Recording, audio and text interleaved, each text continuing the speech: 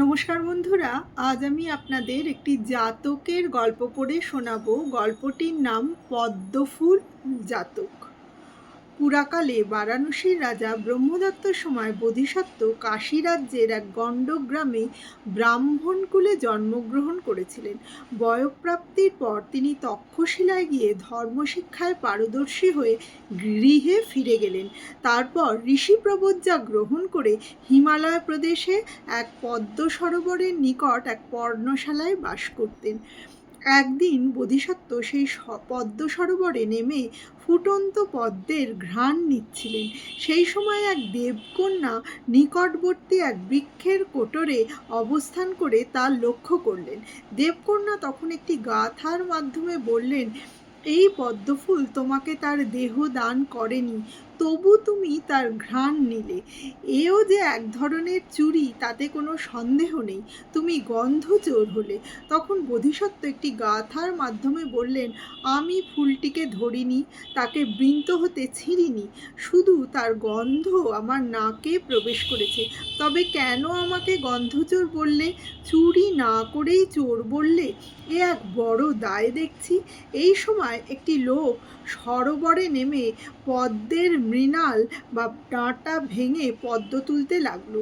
তা দেখে বোধিসত্ত্ব দেবকন্যাকে বললেন, আমি দূর থেকে ঘ্রাণ নিচ্ছিলাম বলে তুমি আমাকে তিরস্কার করলে, কিন্তু এই লোকটি পদ্মের ডাঁটা ভেঙে ফুল তুলছে, অথচ ওকে কিছুই বলছো না। এই লোকটি তো নিষ্ঠুরভাবে ফুল তুলছে। দেবকন্যা তখন একটি গাথার মাধ্যমে লোকটিকে কিছু না বলার কারণ ব্যাখ্যা করলেন। তিনি বললেন, ধাত্রীর বসন যেমন মলমূত্রে লিপ্ত থাকে, তেমনি সংসারে দুষ্কর্মকারীরা সর্বদা পাপে লিপ্ত থাকে। এরা অজ্ঞান। এই সব দুষ্কৃত কর্মকারীদের বলবার কিছু নেই, তাই নীরবে এদের দুষ্কর্ম দেখি। তোমরা যারা পুণ্যশীল শ্রমণ, তারাই আমার উপদেশের উপযুক্ত। যারা নিষ্পাপ নিষ্কাম, তারা যদি অল্পমাত্র পাপও করে, তাহলে কীরূপে তারা পবিত্র জীবন যাপন করবে? মেঘ যেমন উজ্জ্বল সূর্যকে ঢেকে রাখে, তেমনি অল্প বিস্তরমাত্র পাপও তাদের সমস্ত মনকে আচ্ছন্ন করে রাখে।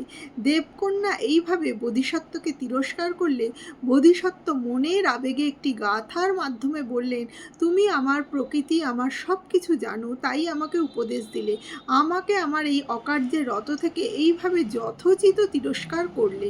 দেবকন্যা তখন বললেন, এই উপদেশ দান আমার ব্যবসা নয়, আমি তোমার ভৃত্য নই। তোমাকে আমি সতত রক্ষা করতে যাব কেন? যে পথে চললে তুমি দিব্যস্থান লাভ করতে পারবে, সে পথের সন্ধান তোমাকে নিজেকেই করতে হবে। দেবকন্যা এই উপদেশ দান করে তার বাসস্থানে চলে গেলেন। বোধিসত্ত্ব ধ্যান অভ্যাস করে দেহান্তে ব্রহ্মলোকে গমন করলেন।